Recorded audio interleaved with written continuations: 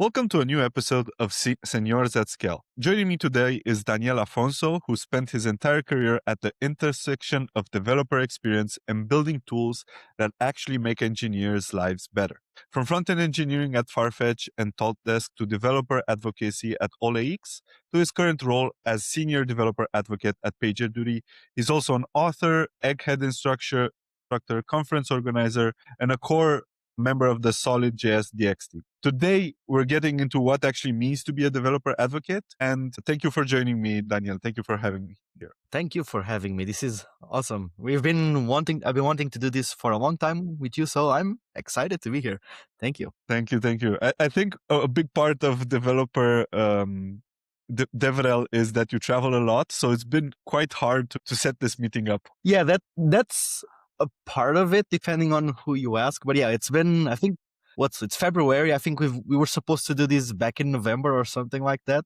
Yeah. But if conferences and meetups, life just gets harder. But I'm happy that we're finally sitting down now to do it. Same. So let's go back to the beginning. How did you start programming?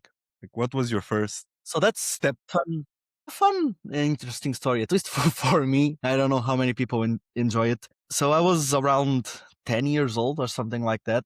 And there's stories that my parents tell and my grandparents tell that I was like 4 years old and I was already like using the computer actively and being drawn to IT stuff. There's even this, I don't know if I ever told this story in any podcast. So this is the first time, like I didn't even know how to read back then when I was 4, I think. Yeah. And here in Portugal, we didn't get a lot of channels who had like cartoons, at least in Portuguese. You had to have them, but you got them at certain hours. But the only cartoon channel that we had like 24/7 was Cartoon Network. And it was all in English. But back then, still like before knowing how to read or anything, my grandparents and my mother tell this story a lot of times. Suddenly one day they find me at the computer, a 4-year-old, like gaming on one of those websites that they had to play games. And they're like, did you come to this website? Did you do it? And then my grandparents, no, I didn't do it. And my parents are, no, I didn't do it. So suddenly I pull out a sheet of paper, and without having any knowledge on how to read or write,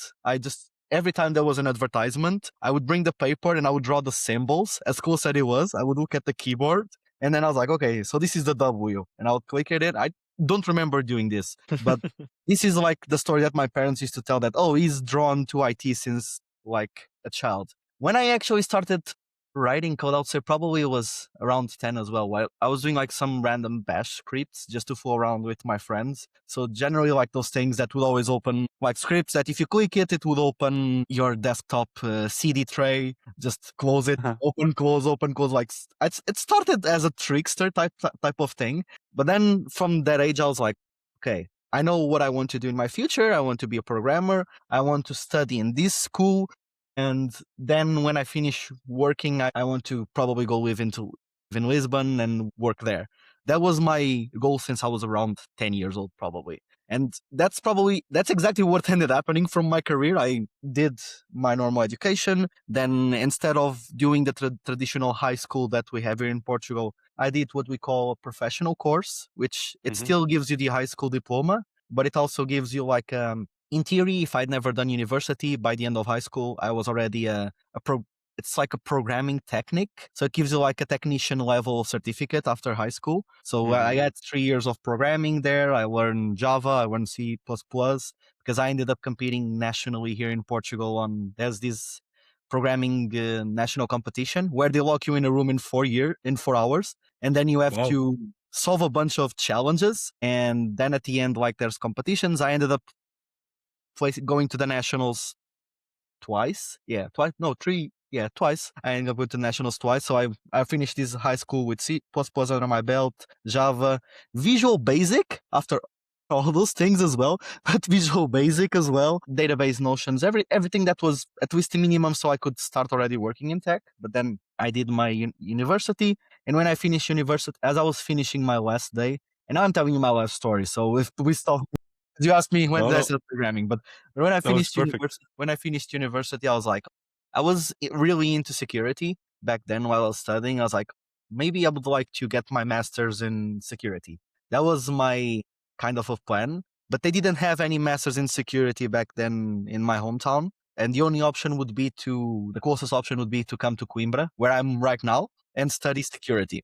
But I was like, for me to move into Coimbra, I need money because I need to pay for I know that my parents, and then I'm very grateful for them. They paid my education until university, but I knew that after that, I would have to get money from myself. So as I was in my last year in university, I was like, okay, I need to start getting a job so I can save some money so that then I can go to Coimbra, study security, be with my girlfriend, now wife, be with her. So that was all of these small bits. I ended up one of my professors that used to teach me security. He ended up finding me a job at a company, a local company that was owned by some professors in the same university that I was studying. They were not my professors, so there was no conflict of interest. But I ended up working there for 6 months, and he was like, okay, he gave me quite of an edge on some stuff. I was doing IoT there. I was doing some jQuery. I was doing some Python and with Django. So it gave me some fundamentals that then when I finished university, I was like, okay, now I have some money saved. Do I want to go take a master's in security or do I want to go get a job? And luckily I had some friends, they're already living in Lisbon. So they were like, oh, I know this very good company right now that's hiring, that's called Farfetch.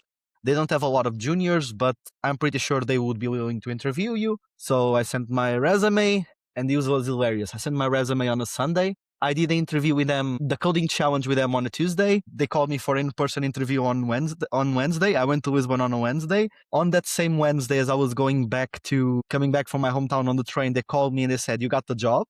I accepted the offer on Thursday, and by Friday I went back to Lisbon because I was coming to a festival in Lisbon, and I got a house on that same Friday. So basically from one Sunday to the other, my life changed completely as, okay, now I'm moving to Lisbon. I'm going to work at this company. I already have a house. And yeah, I ended up telling you my life story of how I got my first job was a lot of how I got into programming. But I feel like this is a whole narrative that ties into each other. It started with me having my career lined up from that beginning to keep exploring, keep learning, and keep going into it. It's perfect.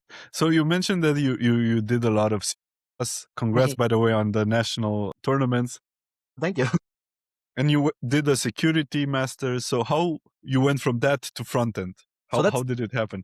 So that's the thing. I ended up not doing the security masters because that was my plan, but because I moved to Lisbon to work, I ended up not doing any masters. That was Okay. that was my initial plan. I ended up coming to Coimbra for a completely other reason. But as I got the job in Lisbon, I was like, yeah, I'm just gonna go program. And then back then, in my first job, it was mostly Java, Kotlin, .NET. How did I get into front end? That's a good question because it was actually also at Farfetch when I was working there. There was this task. My team back then was pretty much everyone was a senior developer. And this is also a fun story. When I joined the company, I was 21. And I think the second oldest person in the company was 29. So I was kind of the child at the company as well, but also it helped me absorb a lot because when you have so much seniority around it and so much experience around it, I was just soaking it in as much as I could. I remember my first day there, I was just brain dead because my first day, it was someone explaining me how a pipeline works, CI/CD, all of those things on my first day on the job. And I was like, this sounds hard as heck. I have no idea how I'm ever going to learn this. But to segue into the front end bit, there was this task that one of the things that I would like to do is if there was something that I'd never done and my coworkers had done a couple of times, I would ask them, hey, can I take this task instead? Because I had this liberty that they gave me where, okay, we have some time. We're not running on high pressures. So we like you to try these things. If possible, take extra time, but at least you'll learn it. And this was valid when, for instance, when I wrote my first Docker file. I remember I took 2 days to write a very simple Docker file that now I can pull in 10 minutes. But back then, it was my first time doing it. So one of these tasks showed up, which was to build something on a front end repository that we had. There was Redux and React, and this was React, it was pre-hooks React. So it was, I don't even remember, but I kind of found that bit funny. I was like, wow, I'm making something that I can actually see. It's not that backend development was not fun. I actually enjoyed it a lot and was very technically challenging. And half of the days I remember I would have to ask my coworkers to get stuff back to me and explain stuff because I would just end up getting lost on some of those things. But front end just was oh, I actually have fun doing this. There's this flexibility on JavaScript, and there's this flexibility, and there's this thing called React that I like. Okay, to give you context, before that, my experience was PHP and jQuery. So I was like, oh, this is way simpler than doing this thing in jQuery. Like, and even TypeScript already, I was like, oh, now I can get types into this thing. So I have all the perks that I would have in all the other languages in JavaScript as well. So I was like, okay, I started enjoying that, and I suddenly started looking for more tasks where I could do front end. And eventually, like, I got to a point where I was like, okay, I would like to invest on this JavaScript for extra time. So I found a front end job here in Coimbra for a company called Talkdesk back then. And one of the interesting things and what got me the job was because every time I was going to work, so back then when I was working at Farfetch, I used to live like 1 hour away from the job. So my commute was like a 1 hour away train. So what I used to do on that 1 hour train, I used to do like Coursera courses and certification. So I was going on a train with my phone. I was like with a notebook, taking notes on everything. And then I remember I'm lying. It was not Coursera. It was a front-end master's course. There was one from, I'm forgetting his name. It was something on like React, intermediate React. I'm very sad I'm blanking on his name because it was very crucial for this part of my career, but I'll remember. Or not. But either way, I did this course. It was him explaining hooks, and hooks were experimental back then. So like nobody was using hooks. And I did my whole interview for Talkdesk, and I was like, do you want me to use React class components or do you want me to use hooks? And my interviewer would be my manager afterwards, like, well, I haven't seen anyone do this with hooks. Do you want to give it a shot? And I was like, I just did that. And it was like, okay, we're hiring this dude. So it ended up getting the front end job. I moved cities. That's when I moved from Lisbon to Coimbra, and I've been staying here. But I was drawn into JavaScript. I was running into React. I was running into the love for front end. It's not that I love doing the other bits, but it's just, I don't know, there's some pleasure in writing the code and seeing it showing up immediately, getting that visibility on the website. I'm not a fan of CSS. That might be an interesting thing depending on who you ask. But I would say that comes from me not being good at CSS. Because probably if I was good at CSS, I'll be like, yeah, I love this thing. It's just that I haven't time to dedicate. But well, That's cool. that's So that's at this job you were doing front end, did you start a little bit of unofficial DevRel? Let's start it here, or how did you move into DevRel eventually? So that was a story that also started in between these two jobs. So as I was leaving, before I left Farfetch, I attended this conference here in Coimbra called JNation, this one, that I actually now am one of the organizers. So might be another funny story. And when this was probably my first conference as an attendee, I was attending and I would go to talks and I would see these speakers on the stage and they're like, oh, I'm a developer advocate. They do this and that. And back then, like while I was on the conference, it didn't click for me. But I remember like then the next week talking with a coworker of mine and I'm like, oh, there was a lot of people that did this job. They're called developer advocate. Like, what can you tell me about it? And I remember like this coworker just told me, oh, that probably you'd love doing this job. And I was like, what do you mean? I was like, okay, the nutshell from what I know of this job is you are the developer's bridge between the company and the community. But part of that job would be you go to conferences, you talk to people, you get to talk. And we know that you love to talk. So that would make it even more perfect for you. But it sparked my interest. And it was at that time that I was like, okay, this kind of seems like something that I would very, very much love to do. But at the same time, I was like, okay, now I want to keep doing front end. So I said, how do I align both? So I started blogging actively. So when I transitioned into my new job at Farfetch, I was like, okay, this is also a new experience. I'm learning some more stuff in front end. So like, how am I going to do it? And back then, and I think it was around the time that everyone was talking a lot on social media about learning in public. And I was like, okay, this seems like it aligns a lot with what I want to do. And I was like, okay, every time I had a challenge in my job, something that would take me a bit to figure out, I would write a blog post on it. So I was like, okay, what did I struggle this week? I write a blog post on it, and I would do it every week. Now my goal was every week I'm shipping something new. Back then I didn't have a platform, so I was like, okay, I'm gonna do it to Medium. I was posting stuff into Medium every week. What were the challenges that I was getting? And that gave me at least some skills into starting to to write. That was something already that I knew. Advocates write a lot. They write blog posts, write technical content. So, okay, that's one skill that I need. The next one is speaking. I like to speak a lot by nature. Probably by this point that people are listening to this are like, yeah, this dude doesn't shut up. That's probably me in a nutshell as well. So I was like, okay, but now I want to do it in a controlled way and in a way that it's on the stage. So I was like, okay, well, how can I do it? Fortunately, and that's one of the things that I was noticing when I wanted to start doing this, there wasn't a lot of events in Portugal that would allow me to speak freely. The company that I was working back then, they started doing some meetups, and I got to regularly be able to, okay, let's do a workshop. Like I remember the first thing I did was a workshop on React hooks with my manager. We did a workshop on that.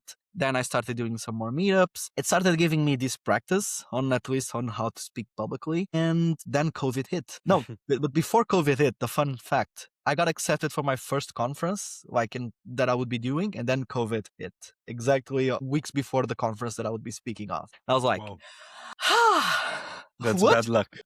I was pissed at it. I was like, oh, it would be my first opportunity. But at the same time, I think it was also good, I would say for me, because I ended up getting to speak remotely at a lot of events. So I remember the first meetup that I ended up doing was React Adelphia.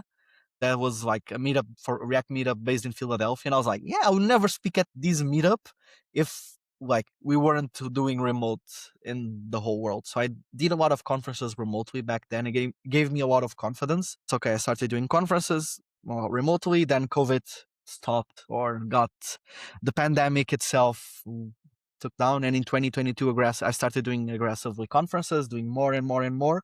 And then I already, like I said, I started having recognition in the community. I already had a bunch of blog posts public. I was doing sort of internal DevRel at the company that I was working on because I was the testing guy basically back then. So this is still my number one recommendation. If you're joining a new company and you want to learn the thing that you're going to be maintaining, look at its tests.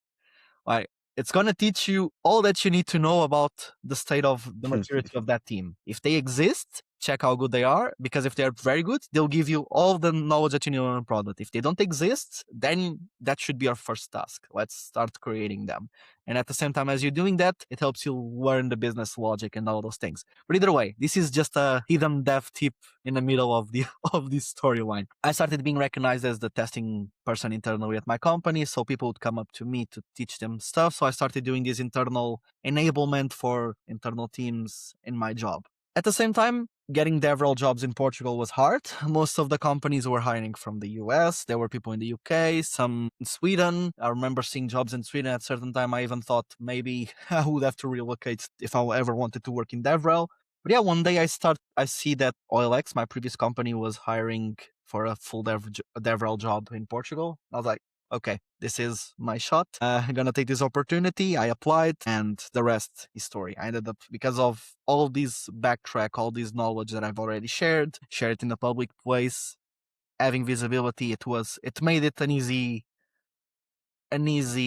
job for them to get me to do the job. Nice. So we've mentioned DevRel a lot, but how would you explain this job to someone getting started into tech or someone outside of tech?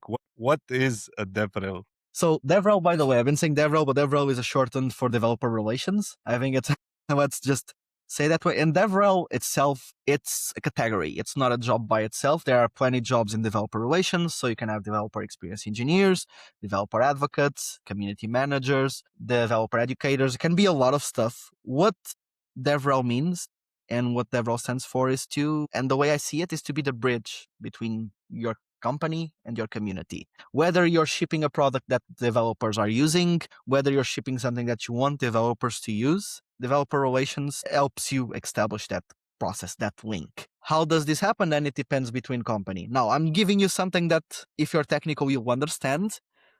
How did I explain this, or do I explain this to non-technical people? And this was funny because my wife tried to understand what I did for a long time. It's like, okay, what actually do you do? I know you go to conferences. I know you write blog posts. I see you writing code, but what changed? And then I kept trying to explain to her, and then she came up with a better idea. I was like, I love this. This is how I'm going to start explaining DevRel for people who don't understand anything. You see a Venn diagram, right? Where a bunch of stuff cross over with each other. So here you have engineering. Here you have marketing. Here you have sales. You might even have product here. Intersection between all of these 4 points, it's DevRel. DevRel stands right in the middle between all of these things, because one week you can be doing something that can be more sales related. The other week can be stuff sort of more marketing.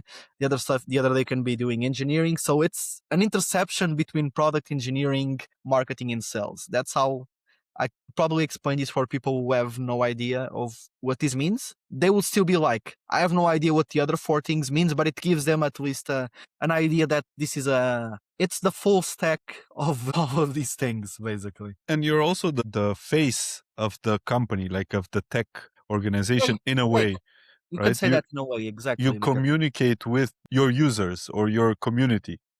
Yeah, you could say that in a way, because definitely, like, when the company needs someone to get feedback, talk with customers, talk with people, it's going to be as that a lot of time are going to be showing up.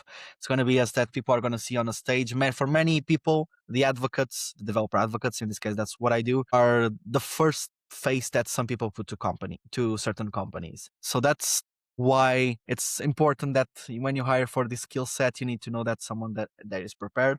There's a whole other line where we could go in, where the difference between influencers doing this job and just advocates, but let's stick for this other bit, or else we'll take 20 minutes just going into it. I know a couple of times for me, I had some issues with different products like Algolia, for example, and it was always easy to reach out to DevRels in that company to ask, because sometimes there are edge cases that are not in the official documentation, but they have the experience and they created demos and they created like so many weird stuff that they know how to do stuff better than the documentation. Yeah, I think that's a good part of it as well, is when you listen to feedback and when you hear people's pains, you already know what stuff you should expect to hear, but you also start getting patterns on how do I fix this? Obviously, we try to document everything as we can, but as soon as you start knowing these pains, like, it comes into the segue very easy. So that's actually a good recommendation for many people. Like, if you're struggling with a product, you can always ask it online, because most companies will probably have like their social media team or their developer relations team tracking socials, so they'll reply to you, or just find an advocate or someone that's doing developer relations at that company and drop them a message directly. So another question on this. So let's say someone they don't have DevRel and they want to hire someone in their company. They realize that, hey, I need this. How do you measure an impact of developer advocacy? How do you normally? That's the $1 million question. I think that, to be honest, that's the question that a lot of people say they struggle with. It depends from company to company.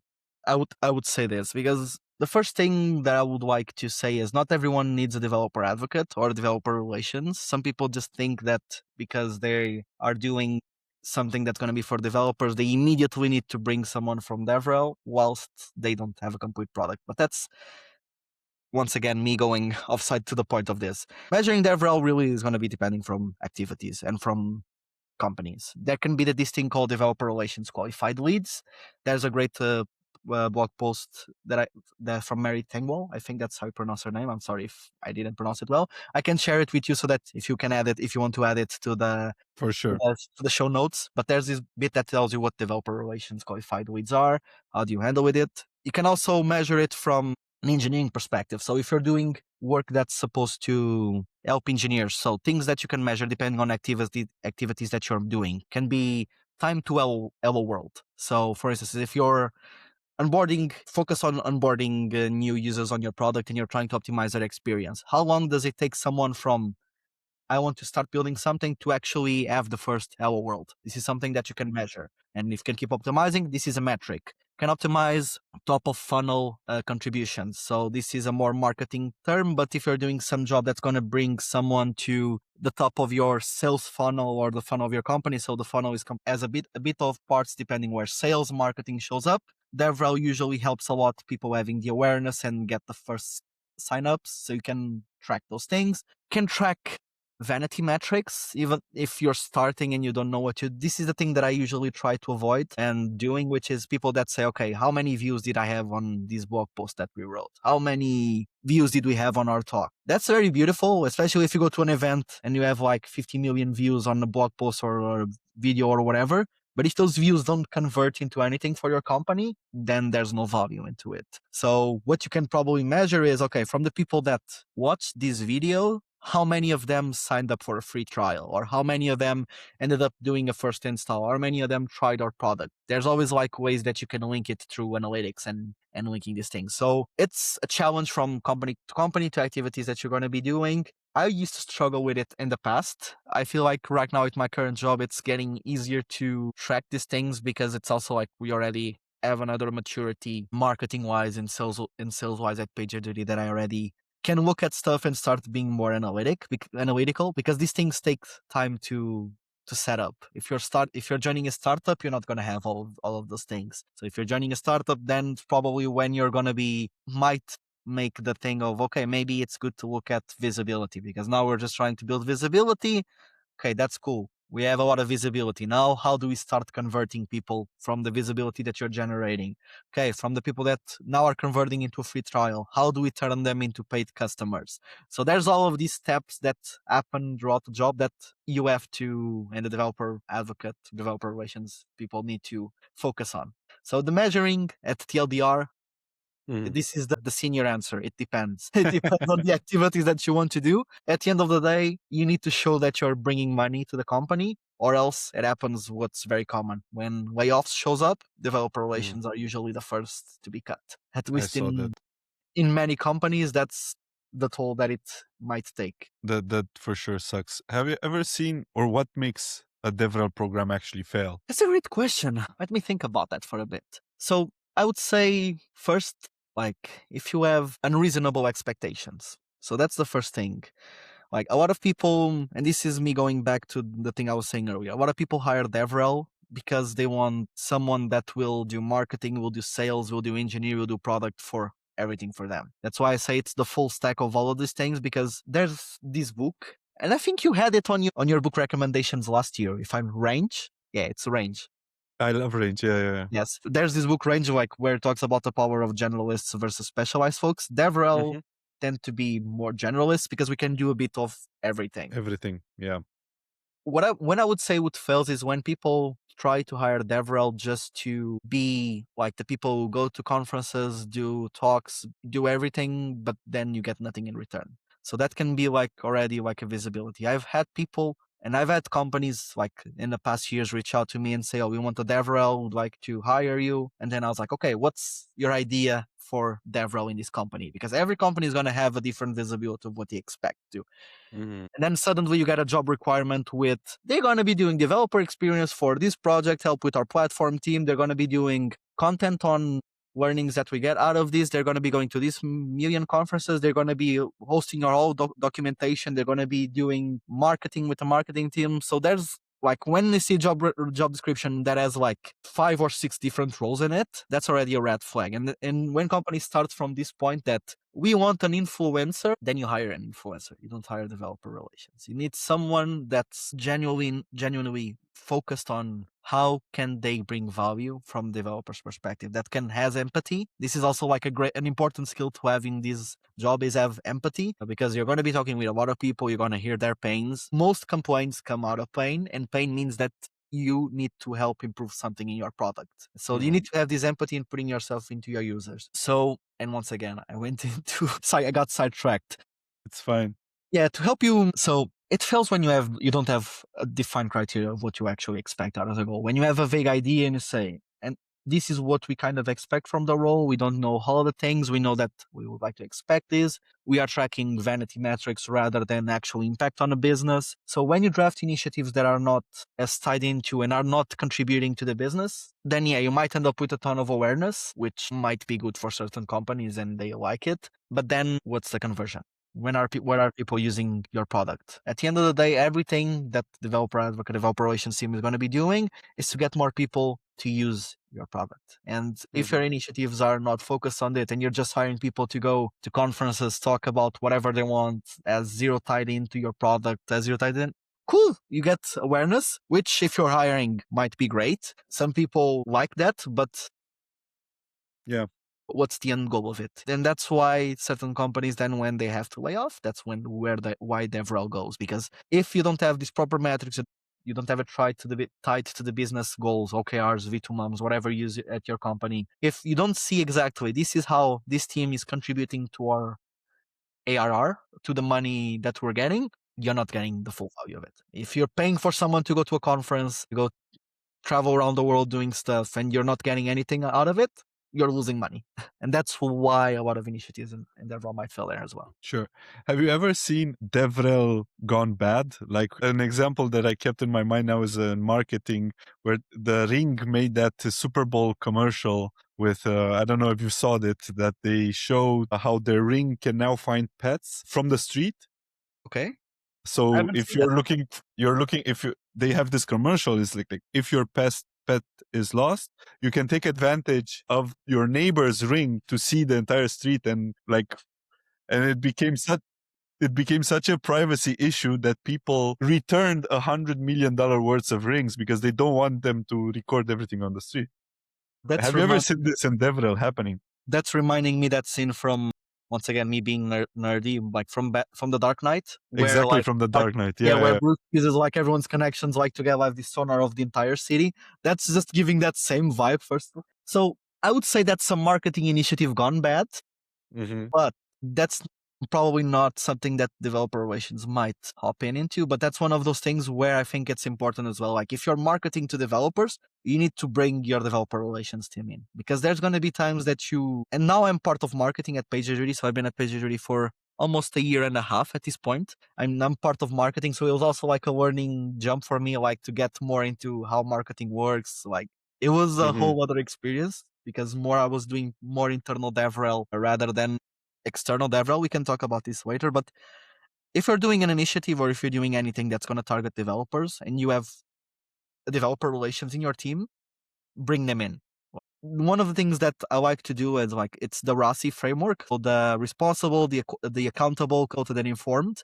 If you're doing any initiative that involves developers, developer relations team should be minimum informed, if not consulted, because there are going to be times where I'm trying to think of some examples that I could share. I don't have anything that I can say from my current company of stuff that we had, but there are going to be times where your developer relations team might spot stuff that, hey, developers are not going to relate with this. I have a great example. I just remembered. So your company, and this comes from me being a conference organizer as well, so this aligns with both stuff. Your company gets sponsored slot on a conference. The thing that annoys me the most is when I see companies use that sponsor slot to turn it into a pitch fest. And what I mean with the pitch fest is they take the 5 to 10 minutes that they get and they spend the entire time saying, look how good my product is. This is so good. Just use this. This is exactly where the point where you bring your developer relations team if you have it. First, they probably should be the ones helping you prepare that content, if not delivering it. But I'm going to say help prepare, because sometimes you might want to build other advocates in your company that are not just your developer relations team. That's a whole other point. So someone in that point of when preparing the talk, someone should step in and say, this thing is a pitch talk. That doesn't work for developers. Developers smell when they're being pitched just like that. And this is also one of the things where it's very important to, when you're preparing content as an advocate or a DevRel, that you do it in a way that's, it's education first, but you can still promote what you're doing without subtly. My God, my translation service is failing. In a way that's subtle. Do it in a way that's subtle that people still get the good impression. They still get pitched without getting pitched in a way, because developers smell those things and you've been to as many conferences as well past the years.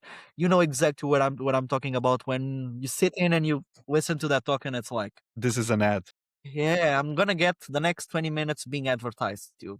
Let's go. Let's do this. So that's an example of a place where stuff can go bad and when you should, because that's only going to give the wrong image to your company. It's going to bring this company is sending people to this event who are basically pitching stuff to us, and it's only going to make developers run more from you. instead of doing That's what true. you want, which is bringing them to you. So this is an example that I can share that I've seen in multiple events throughout the years and that I tried to avoid.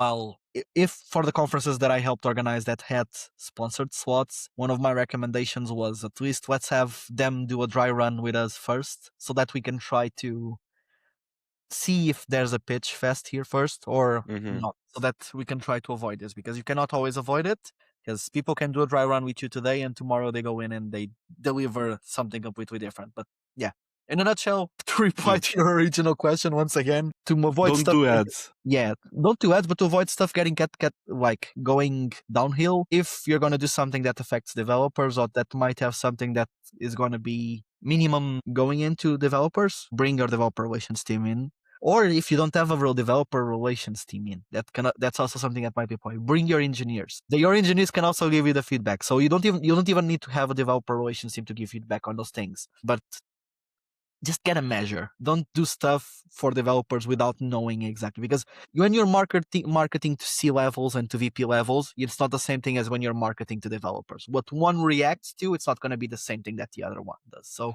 it's a very different segment. How do you stay technical while doing non-technical coding work? That's a great challenge. And that's been one of those, people say the curse of DevRel, probably, because you find yourself stuck in a loop of hello worlds many times, because you're fixing for the onboarding, you're fixing for the first bits. So it's challenging. It's definitely like, and I've been doing this for 4 years. 4 years. Yeah, 4 years by now. It's challenging, and sometimes you're not able to do it on the job. That's one of those things. Sometimes there are going to be like small fixes that you can do, and there are things that don't leave you. Like I remember like just 2 weeks ago, my coworker was we're shipping something internally that we're building, and she was like trying to fix something. It was actually CSS something. She was trying to fix something CSS related, and she was like, "I'm tired. I have no idea what's happening here. Can you check it out?" And like I opened the code, and like my instincts are still here, and I remember like everything. It's just like sometimes you get a bit rusty if you don't.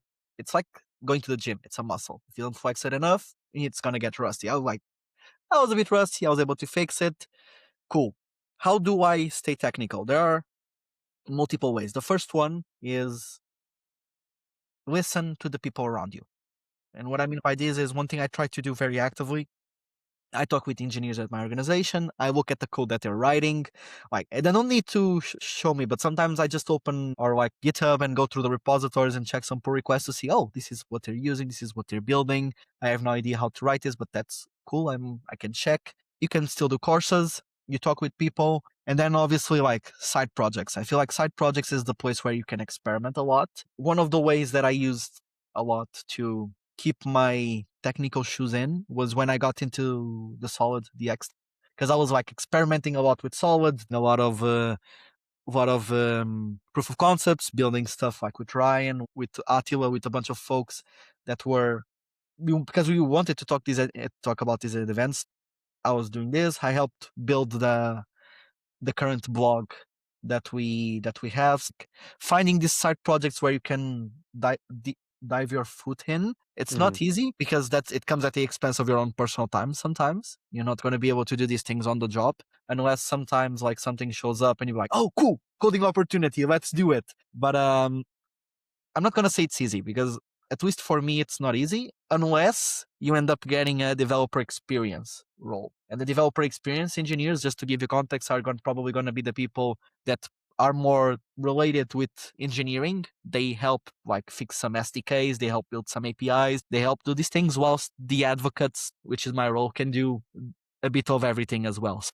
Once again, if we're doing a comparison, a developer advocate is the full stack of developer relations, because you can do a bit of documentation, a bit of education, a bit of developer experience. You can do all of these bits. So yeah, in a nutshell, talking with engineers, building our own proof of concepts, looking at code as much as you can, and reading as well, like reading books, reading stuff, new stuff that's coming out, reading articles. It helps you at least. My goal is not to be as technical as if I was writing code every day. My goal is to be as technical enough that I can enter any room with people from different expertise, and I can understand what they're saying, and I can communicate with them.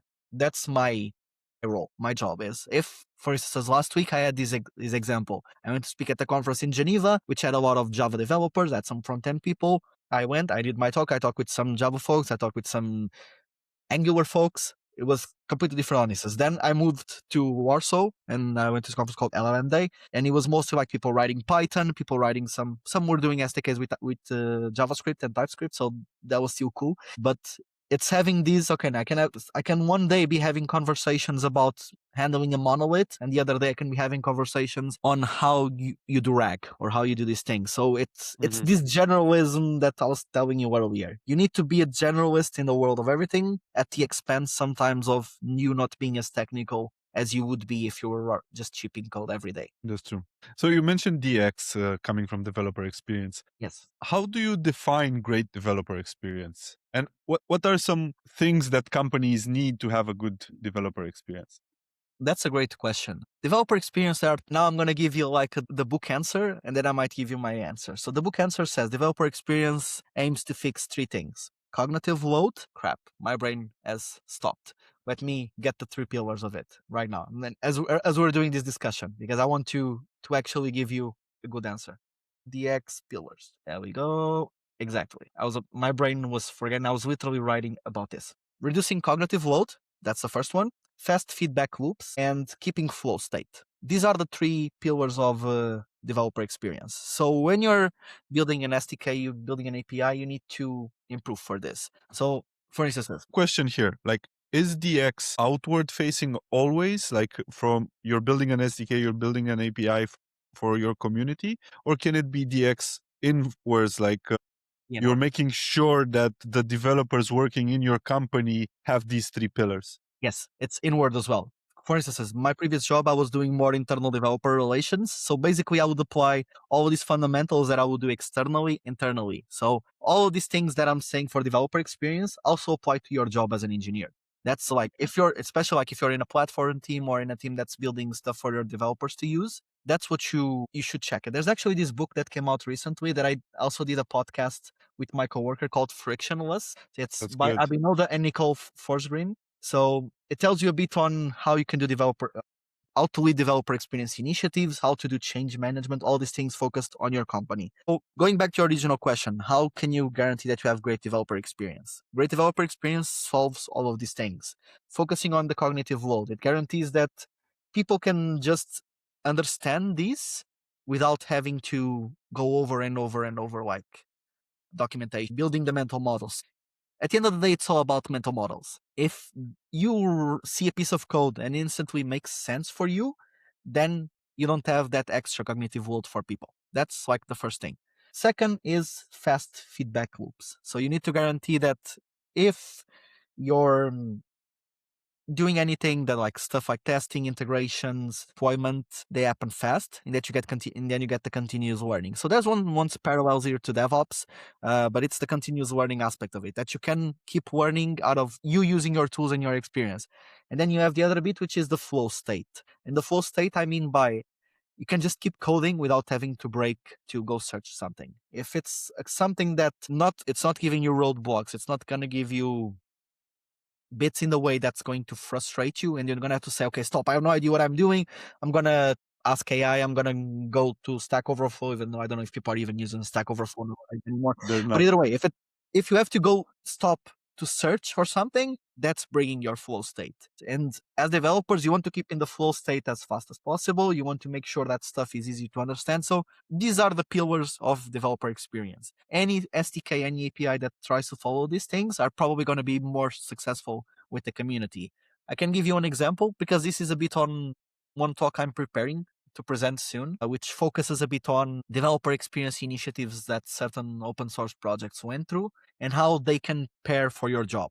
So what can you learn from these developer experience initiatives and how can you apply it to your career? The idea I'm thinking about starting is with React. And when React showed up, when they introduced the JSX and the VS and the VDOM. I was at the VS Code opening here on the right. I was like, VS Code, VS DOM, and the VDOM. When they introduced these things, many people didn't like it, but JSX, whether you like it or not, it's still very familiar to people that if they were used to just writing like HTML, the mindset is the same. So from a cognitive load perspective, it reduced that friction. You didn't have to worry about all this ingrained stuff. And the reason why this was such a good developer experience initiative back then for the React team was because it showed up exactly when the point where people were frustrated with Angular. Angular, like from Angular to Angular 2, that was like the point of conversion for a lot of people to move out of Angular to React. It was because like Angular 2 was a bit more complex. People didn't like the decisions that they take. And when React showed up, it just simplified so many things that we had in Angular that people were like, oh, this actually resonates with me better. I mean, it's easier for me to write code. It's simpler. Let's keep going. And this is a great example of an initiative that went super well. Something that we could say it's a very initiative that went well, but probably it's still ongoing was when Signals came the return. When Solid showed up with Signals, people were already used to the React mental model, but many people can argue that it's not. But for me, Signals, it's still a better mental model than the VDOM and what you have in React. Signals are easier to understand. If you start from scratch with any of them, it's an easier mental model. And that means that you're taking the pain away from developers. If you're writing code and you're constantly thinking, oh, this is going to re-render, this is going to re-render. If I do this, it's going to be re-render. If I'm going to do this, this is going to re-render here.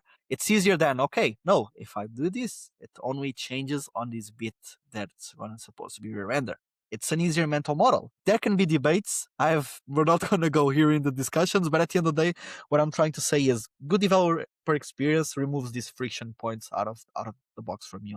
It takes these pains that you would have in other points. And this is why frameworks in JavaScript are always trying to learn from each other. And I'll be always like, okay, they did this. How can we make it better? How can we do it in a way that's true to our framework, to our library, to the thing that we're doing, but still going to be easier for developers? And that's a way that, okay, let's keep optimizing our SDKs. Let's keep optimizing our API. Let's keep doing it in a way that is just simple. So for me, good developer experience kind of is that. If I'm able to sit on my laptop, start writing code, and don't have to always constantly be like, okay, there's this extra factor that I need to worry. If I write this piece of code, I'm going to have to worry about this breaking. And this was true. And it's true for React. Like when you have dependency arrays and you have to always be worrying about these things. Okay, it's going to be re-render here. If I do this, it's going to be re-render. If I'm going to do this. This might be good for some people, but it's still this extra consideration that's taking a toll in your mind. So every time you're shipping code, you're going to be like, oh, I need to worry about that use effect that I placed like 5 children down the tree if I fix this because somehow I'm prop drilling all the way over there. So it's the cognitive load and the friction that it gets out of you. So this might be a long answer, but that's for me how I feel like that's an easiest way. But do you have an opinion? I would love to know yours. No, I agree. These 3 pillars sound really great. I really like a lot of companies are building internal CLI tools. So you as a developer, you don't have to remember all the commands that you run because as team grow, projects grow. You forgot how you test React Native inside of this project, right? So, and instead of going to package JSON, maybe it doesn't work. You have a CLI that does everything for you, which I found really great in some companies, or how to deploy or how to do that. Obviously, I agree that documentation is really important. I love that now you can have AI and you can give it your documentation and it can just give you it can help you solve the problem of finding something in the documentation. Yeah, go ahead. And I was going to say that I think the biggest problem, which I think people need DX and developer advocates for, is also keeping things up to date. It sucks so much when you find the documentation, and you're like, this is exactly what I need. And it's written in 2005, and it doesn't fucking work. Yep. Yeah, that's definitely like a frustration point. And if you as a user see that happen, like my recommendation is you report it. Not a lot of people report it because they're like, oh crap, it's outdated. You close it, you never look back at it. But this is also a great point of the great developer experience. The docs are such an important part of it because like as you keep updating, as you keep finding use cases, you keep adding them into your documentation. You need to make sure that it's easy enough for people that they can understand it from all levels of their career into. But it's also enough to give you like all the bits that you need to do. Like, and if you see that you go into a docs and you're like, this is not giving me anything, what am I learning from this? And then you're like, that also takes you away from using that tool in the past. So there's also this bit on the learning bit and making sure that you have this quality. It's important that you do it. And if the docs has like a report button, go into it and like click report documentation outdated. Because sometimes and I've seen this in many organizations, and I've seen this like when you have so many docs, and this happens in your job as well. Like when you document something today, your coworker goes in, changes something, those docs are updated already. So you can have like service level agreements that you, every time you change something, you're gonna want to update your documentation in like 10 days or something like that. You can still have those things, but the truth is that we tend to forget to do those things. So sometimes like it's one of us help me help you situation where if you're going into documentation and you find that something is outdated or cannot figure out, either go there or tag someone on social media like, oh, I'm struggling with this bit, can someone help me? Because I can guarantee you that once you tag someone, people are going to see, oh crap, something is not right. Let's see how we fix it. This is a good point. What's the recommended way to reach out to a DevRel? Is it on social media, official accounts? How do you respond fastest? So it depends on your company. For instance, for PagerDuty, we have our community forums, which is PagerDuty Commons. We always start our day by looking there if people have questions around it. So that's like already like one of the places where people can, if they have any questions around anything related to PagerDuty, they can go to community.pagerduty.com. They drop stuff there. And me or the other advocate or my community manager, we're going to review it pretty much at the end, beginning at every day or the end of, depending on our time zones, and we'll reply to you. So that's the first place. So check if that company has a Discord, community forums, a Slack, where they publicly answer questions. That's probably going to be the easiest way to get to a company. Second, if there's like a social media account, like X, LinkedIn, Blue Sky, whatever you use, if they have stuff there, if you ask questions there, many times people will get notified. I know I do because I track my stuff like both for PagerDuty, both for Solid. I have like these TweetDeck stuff where I see people messages coming in throughout the day.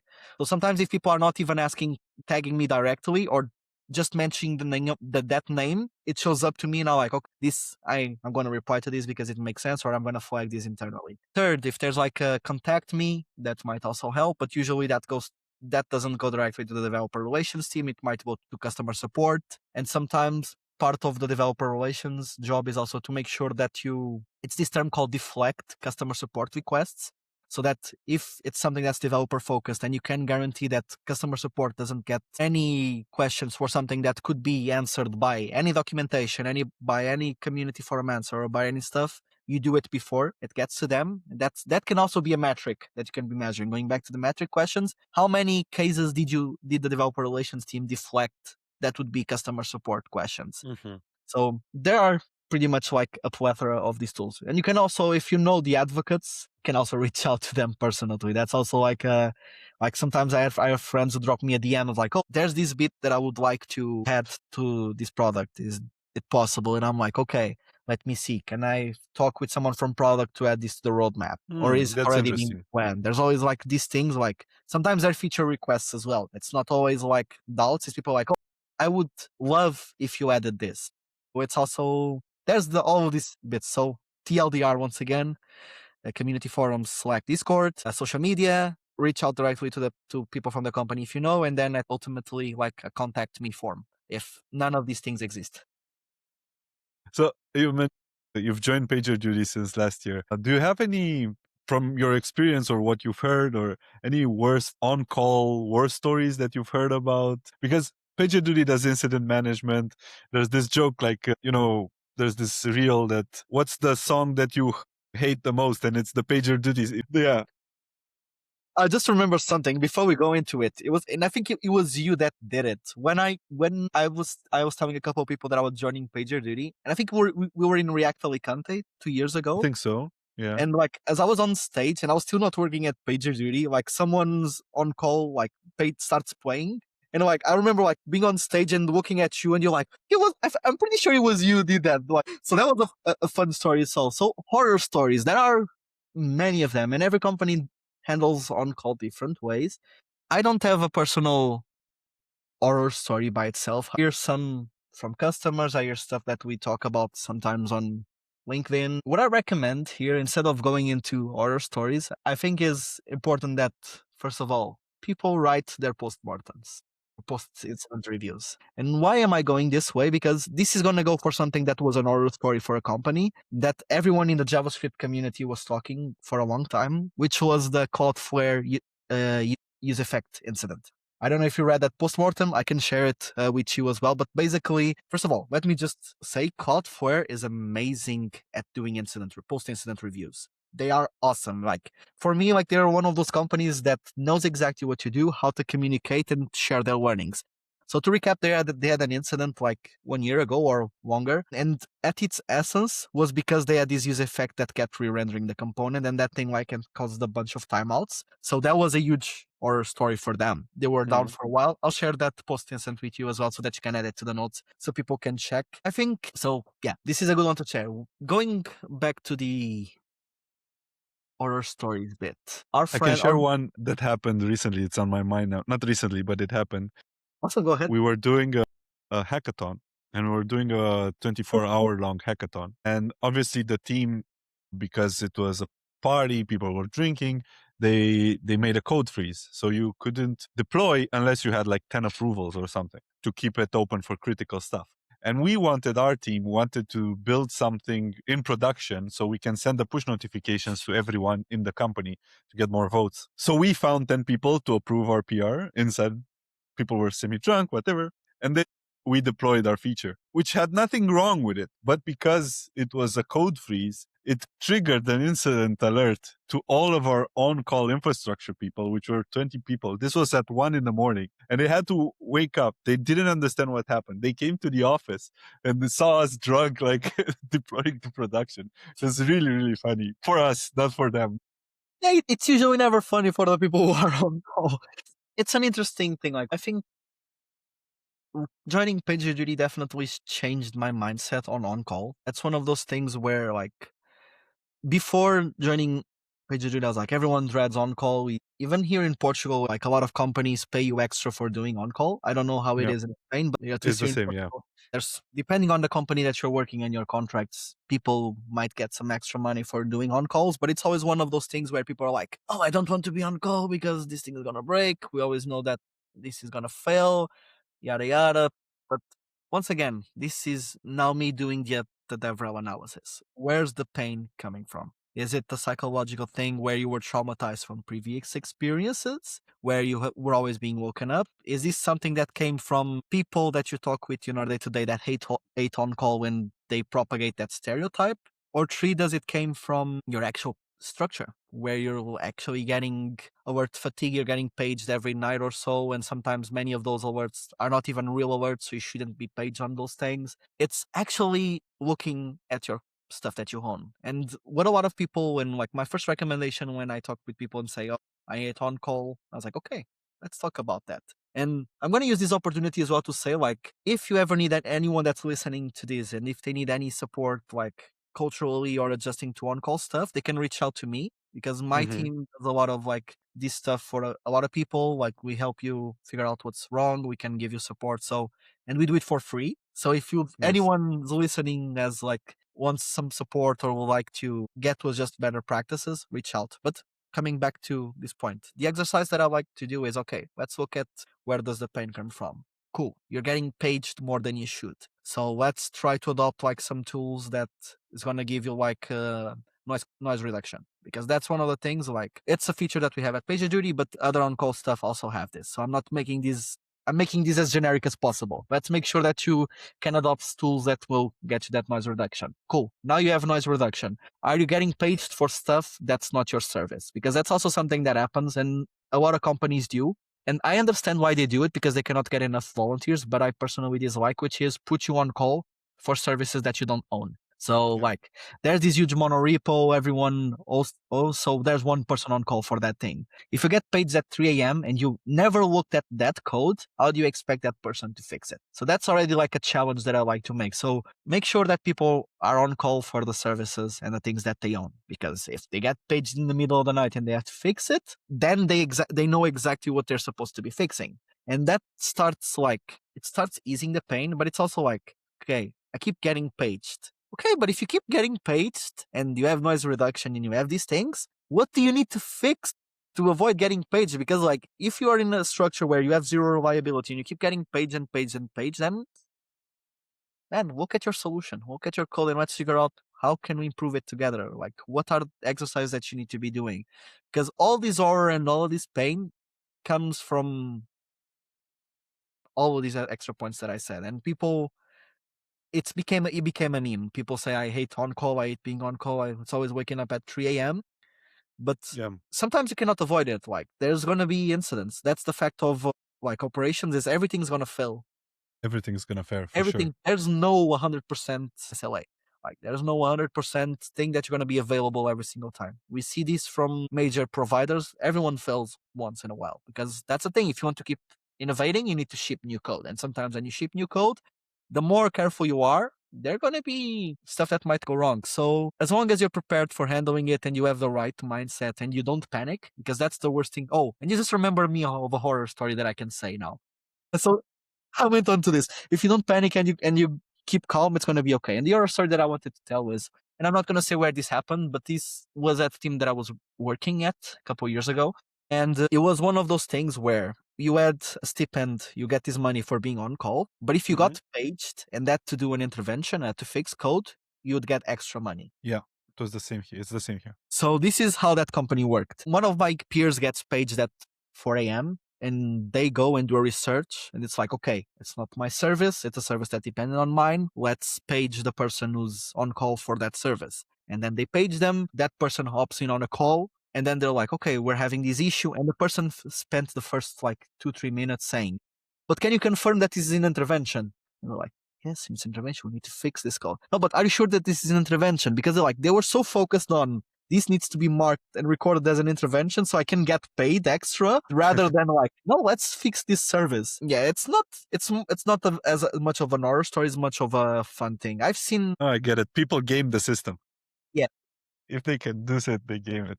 This is what not gaming itself. It was like they wanted to get that money, but it came at the cost of like 3 more minutes of downtime because that person was worried on making sure that they were actually going to get focused on those things. But yeah, I've seen one-line codes of JavaScript taking entire checkout pages down.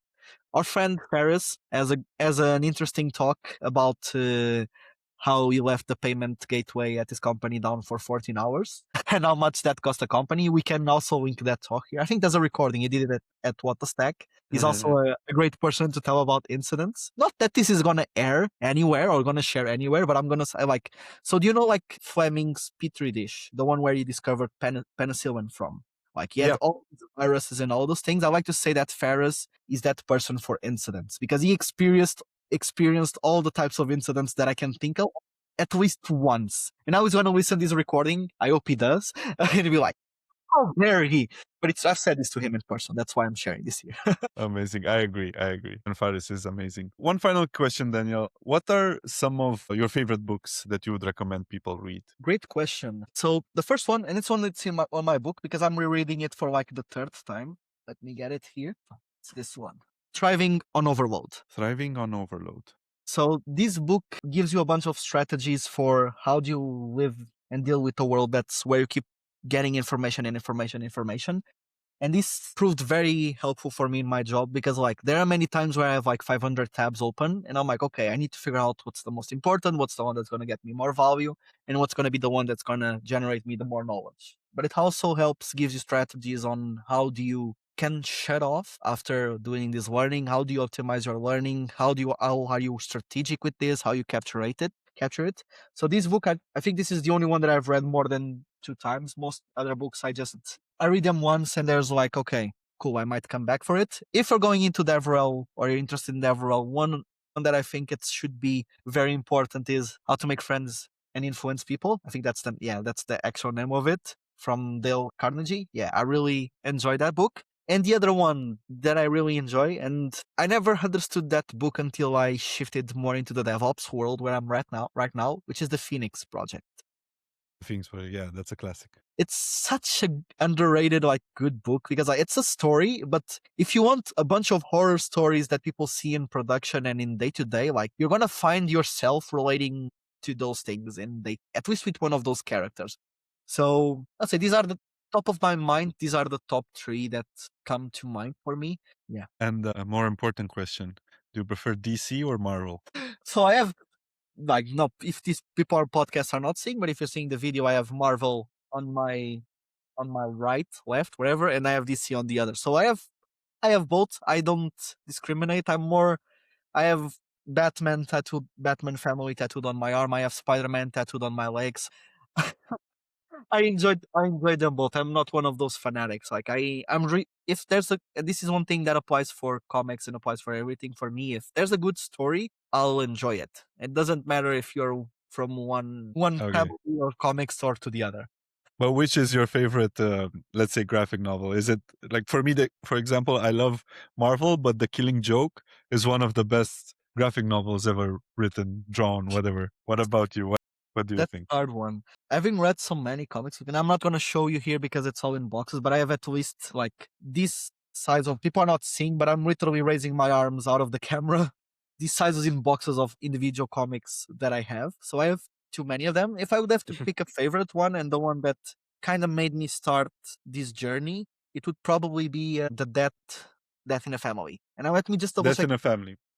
because there's a Death in a Family and Death on the Family. Because DC like to come with different names. It's Death in a Family. It's the one where Jason Todd, the second Robin, was killed by the Joker. And that's the one like Red Hood. It's like if you're watching, it's the one that's tattooed in my arm underneath here. If you're watching, it's the ones that I have statues here, statues In here, the middle. and Ah, nice. all of these bunch of statues. One of those characters that I genuinely love to death, comic books. So probably Death in a Family was the one that was like probably one of the ones that I started most with, the one that called me in, and also the one that like